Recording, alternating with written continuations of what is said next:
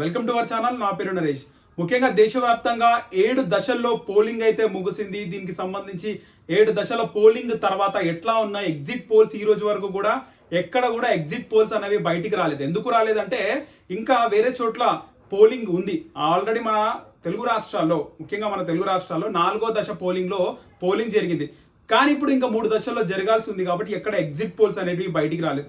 So ఇప్పుడిప్పుడే exit polls బయటకు వస్తున్నాయి. దీనికి సంబంధించి ముఖ్యంగా చూసుకుంటే కనుక తెలంగాణలో లోక్సభ ఎన్నికలు జరిగాయి.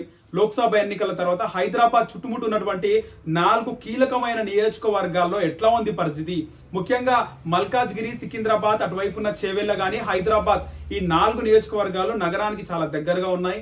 హైదరాబాద్ మహానగరానికి చుట్టూ ఉన్నటువంటి ఈ 4 నియోజకవర్గాల్లో ఎట్లా ఉంది పరిస్థితి అని చూసుకుంటే కనుక మొదట మనము చేవెళ్ళ నుంచి వస్తే చేవెళ్ళలో హోరాహోరీ పోల్ కనిపిస్తుంది. చేవెళ్ళకి సంబంధించి బీజేపీ నుంచి అక్కడ కొండా విశ్వేశ్వర రెడ్డి మాజీ ఎంపీ ఆయన పోటీ చేస్తున్నారు. అలాగే కాంగ్రెస్ నుంచి రంజిత్ రెడ్డి సిట్టింగ్ ఎంపీ ఆయన పోటీ చేస్తున్నారు. అలాగే బీఆర్ఎస్ నుంచి కాసాని జ్ఞానేశ్వర్ ముదిరాజ్ ఆయన బీఆర్ఎస్ నుంచి ఆయన ఉన్నారు.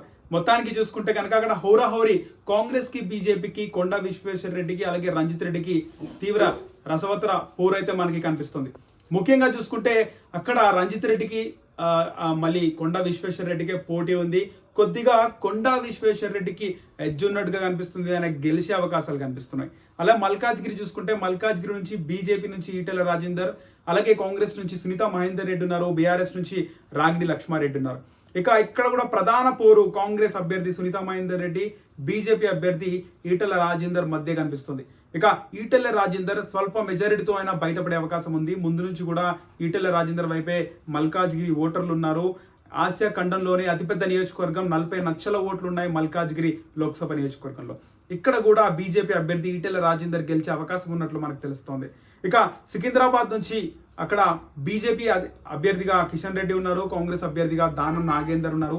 బీఆర్ఎస్ నుంచి అక్కడ ఎమ్మెల్యే, సికింద్రాబాద్ ఎమ్మెల్యేగా ఉన్నటువంటి పద్మారావు గౌడ్ ఉన్నారు.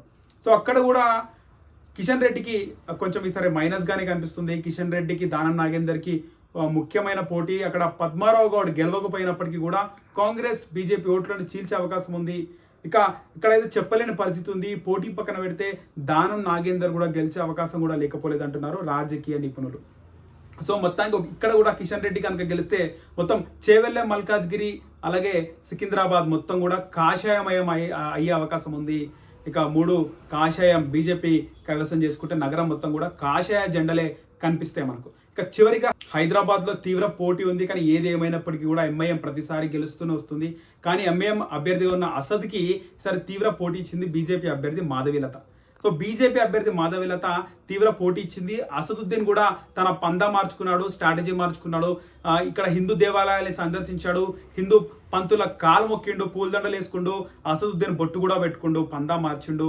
మళ్ళీ కూడా హైదరాబాద్ గడ్డ పైన మళ్ళీ ఎంఐఎం జెండానే రెపరెపలే అవకాశం ఉన్నట్టు కలుస్తుంది. ఒకవేళ కనుక అక్కడ బీజేపీ అభ్యర్థి మాధవీలత కనుక గెలిస్తే ఖచ్చితంగా నగరం చుట్టూ పక్కల మొత్తం కూడా కాషాయ జెండానే ఉన్నట్లు మనకు తెలుస్తుంది. ఇక ఈ కాంగ్రెస్ ప్రభుత్వానికి ముప్పు ఉందనే మనం అనుకోవాలి. మొత్తం కూడా 4 సీట్లు కనుక కాషాయ జెండా ఎగిరితే ఇది రికార్డ్ అనేది చెప్పుకోవాలి. మొత్తంగా మన ఛానల్లో ఖచ్చితంగా ఇస్తున్న అప్డేట్స్ ప్రకారం అయితే చేవెళ్ళ, మల్కాజ్గిరి అలాగే సికింద్రాబాద్ బీజేపీ గెలిచే అవకాశం ఉంది.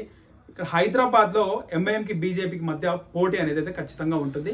ఎంఐఎం లేకపోతే బీజేపీ బయటపడే అవకాశం ఉన్నప్పటికీ కూడా బీజేపీ, కానీ ఎంఐఎంఏ గెలిచే అవకాశం ఉన్నట్లు మన ఛానల్ సర్వేలో అయితే తేలింది.